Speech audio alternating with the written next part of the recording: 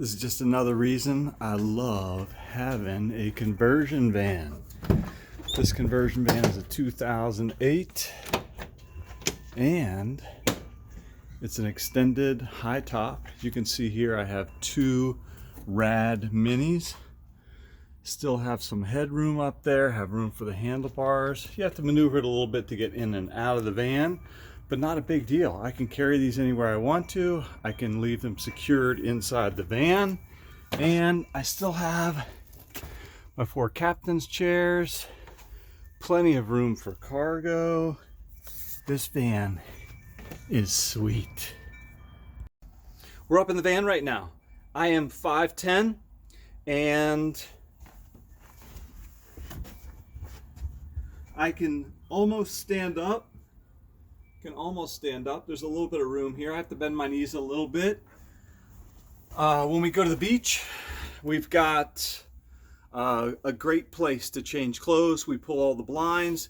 The conversion vans usually have these blinds, so it's another great thing. We put little, the silver line window reflector, reflectix, whatever it's called. We put those in the windows too when it's really hot. But when we travel in the heat, anywhere we stop, we have a place to change. Ooh, that brings up something else that's very, very important. This is our toilet on the road. This toilet is foldable. It's full size. Excuse me. And it's brand new. So no truck stops, no dirty toilets. We go number one in here, and then we find a place to go number two typically. But in an emergency, you've got something right here inside the van. We pull off on an exit. Everyone goes to the bathroom. 15 minutes later, we're back on the road. 5 minutes later, we're back on the road. That keeps us from, having to use those bathrooms in the middle of nowhere. Your wife doesn't want to go in. Your kids don't want to go in because your wife doesn't want to go in. And you're the only one that'll go to the bathroom on the bathroom break. So get you one of these. This is a full size, foldable. You can see the legs. This is foldable.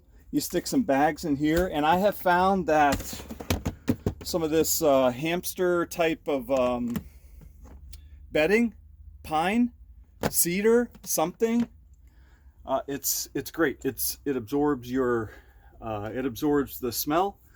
Pretty much it absorbs the smell. We've tried cat litter. It's not bad. It gets a little bit dusty. And we've also done a lot of different types of wood chips and stuff. But if the finer the wood chip, the better for these types of toilets. So another great point about owning a conversion van. Don't be scared to own a conversion van. Who cares what anyone thinks? No one really cares about you. You, your family, these are the folks that care about you. Start making some decisions to enjoy life and get the things that you want, not what your friends want you to have or what your neighbors want you to have. Don't worry about these guys, all right? They're living their lives. They're having a good time. You live your life and you have a good time too, all right? Don't let anyone call you off the conversion van. It is awesome. All right, we're back. Like I said, this is a 2008 E250. This is the 3/4 ton. This is the Ford. Why did I choose the Ford? Because you can find parts for this van in just about any junkyard in the country. So easy to find parts also at the parts store, or you can go to a junkyard if you need, panels or vents or something weird like that you may not want to pay Ford $60, $200, $300 for. You can probably find some stuff in the junkyard. I've got the van unloaded. Let's take a look at this bad Jackson, because so many of you guys were asking for van videos after my motorcycle video. Just kidding. No one's asking about the van videos, but not many people are interested in conversion vans. For some reason, they cannot overcome the thought of being seen in a conversion van. I've been driving them for 5 years. All my coworkers make fun of me. It may have made a difference when I was 21. At my age, who cares? I don't really care. This is the best family vehicle we've ever had, period, bar none. So let's see how big this thing is. First of all, I can lay down in this van. I can fit a queen size mattress in the back of this van with 4 captain's chairs. And I brought out the tape measure. If you do take out 2 of the captain's chairs, this van from all the way in the back to the back of the front 2 captain's chairs,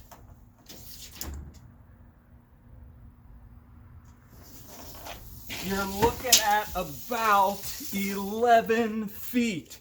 11 feet of cargo space if you take out the 2 middle seats. I rarely do that. I don't have a lot of, I don't have a lot of stuff that big to carry around. But this is one of the big deals about the conversion van.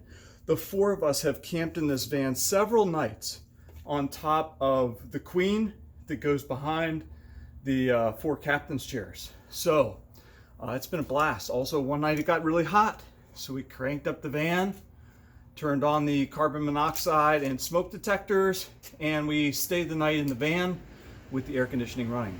I have spent maybe 10 nights in a row inside the van running the air conditioning, of course with my carbon monoxide and my smoke detectors. Let me tell you, no one's asking about conversion vans. They think they're hideous. I think it's a family room on wheels. It is awesome.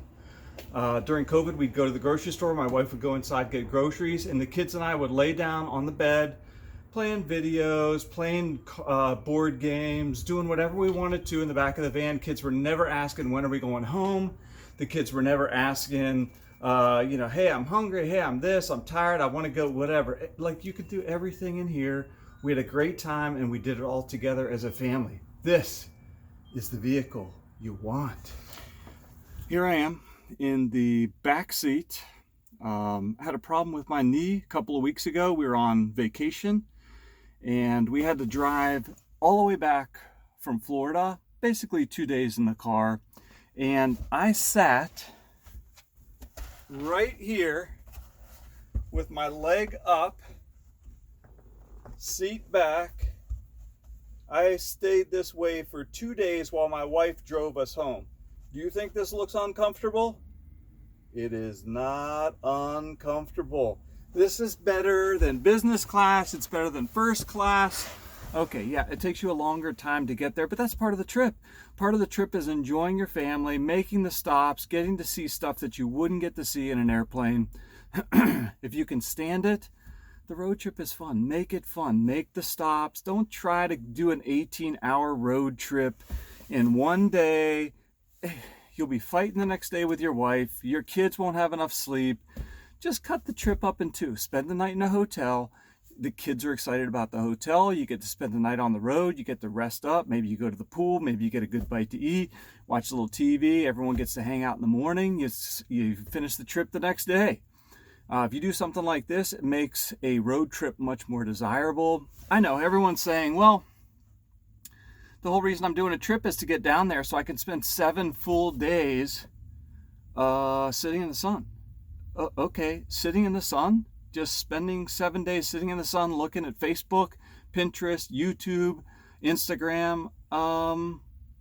It's all right if you spend a couple days on the road hanging out with your family and getting to know them, coaching your children, spending some time with your kids. Man, this van has more than paid for itself financially, and just the relationships that you get with your kids and your spouse on a road trip. Just take it easy. Take it easy. You'll get there. Don't worry about it. But this van is awesome. It's just awesome. Now, some of you have heard about the 5.4 liter engines, the Fords. And the 5.4 liter 3-valve is what they put in the F-150s, maybe some other trucks, whatever. Anyway, the van has the 5.4 liter, this is the V8, 5.4 liter, 2-valve. And they did not change the engines as far as I know, even up to this one, which is a 2008. And The reason that this is important is the 2-valve is the one that you want. The 2-valve is the one that will go the miles. When I was searching for these vans, I found several with over 2, 3, 400,000. I even saw one with 495,000 miles on it. These vans will go the long haul. I had a buddy who used to do some deliveries down in New York City, and his company, of course, owned several Econoline vans. They all had over 300,000 miles on them. So these things will go the miles. This is a daily driver for me. I keep it running and I do the maintenance on it. So if you do something like this, you want to drive it on a regular basis. Same with any car. You want to drive it on a regular basis. All right. Last couple things I'll talk about in the van. I replaced the carpet. You can see the carpet here is the bed rug. The only thing I don't like about it is the bed rug only comes up to right behind the driver and passenger seats. That's the only choice you have for the bed rug. I like the bed rug. It's nice and cushiony. You can walk around the van on your knees if you need to get stuff in and out of the van. It's a good choice. If I did it again though, I think I would just pay the whatever. I think it's $800 and you get the nice carpet from the front to the back. It all matches. I should have done that. I kind of cheaped out a little bit. I think this is, I don't know, I want to say $300 or $400, and it's been nice, but it's nice to have a solid carpet. Right here I've got a 32-inch TV, got a little bit of storage behind there. I know you can't see anything, but just a little bit of storage. I don't have any storage on the side, which I like. I don't want all my headroom taken up. I don't want to feel like I'm in a smaller van. And then the back, it's got a small space right here. We keep paper plates and plastic spoons and knives and forks in case we want to stop and eat something, and we don't want to go out to eat. So this is a fantastic configuration, the conversion. I love the high top. I love the extended. I had the regular low top, and I also had the low top, just the base version. It wasn't the extended van, it was the regular length, and it was really enjoyable. I liked it. I didn't want something big. I didn't want something hideous. I did not want a conversion van. The kids would not get out of this stinking van when we got home from a vacation. So I was like, what am I doing? What am I fighting?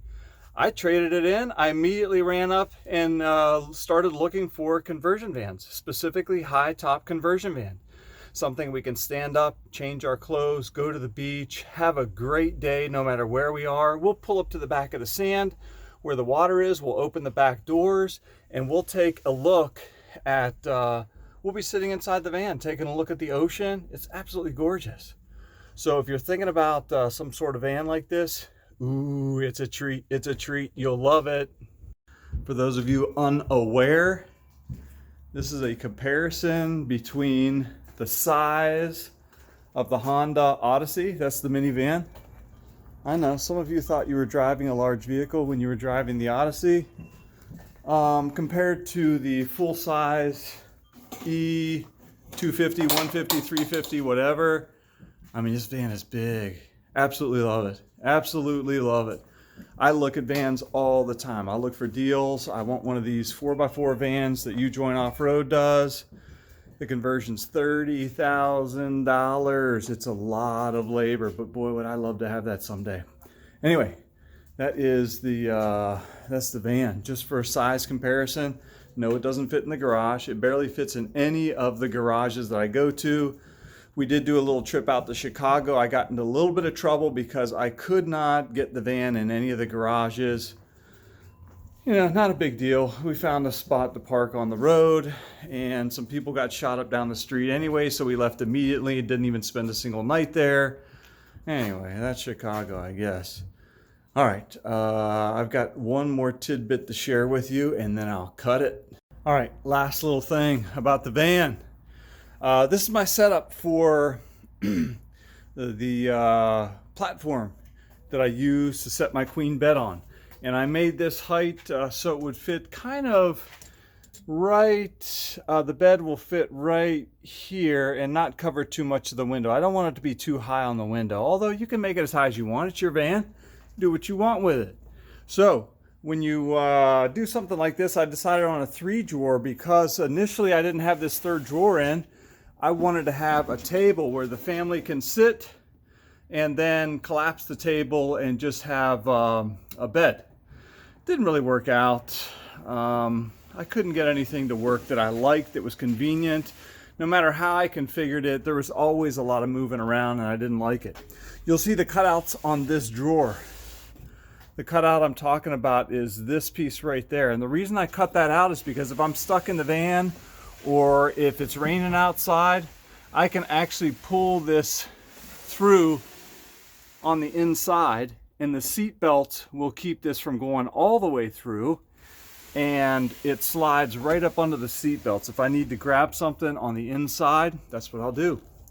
On this one, you gotta make a lot of notches. You gotta work around a lot of pieces in the inside of the van, like you know, notch in the corner here, miter in the corner, and then you've got some other you got some seat belt holders right here, which I didn't take out. I had to work around those, and then of course you have the hump for the wheel well that you have to work around right there, and you just kind of work it so that you can get the drawers in and out. You can see there's the wheel well right behind I have the chairs all the way up to the forward position, and the kids can lean back a little bit when the bed's back here, but not too much. It's a little bit tight. If I did it again, I would move the 2 middle seats, the 2 captain's chairs. I would move those up probably another 12 to 18 inches and give myself plenty of room behind the seat. As you can see, this drawer just slides in here on top of that 2x4.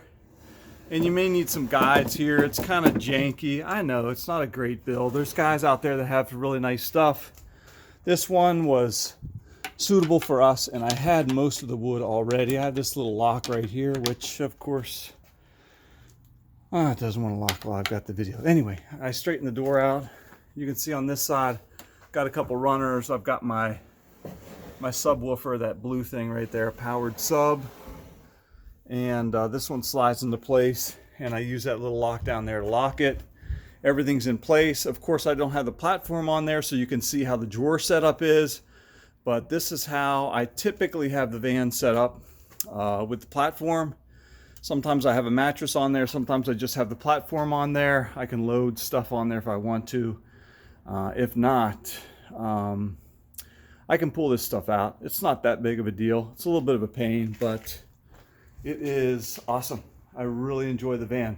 Hope you guys enjoy the video. Ask me for more videos.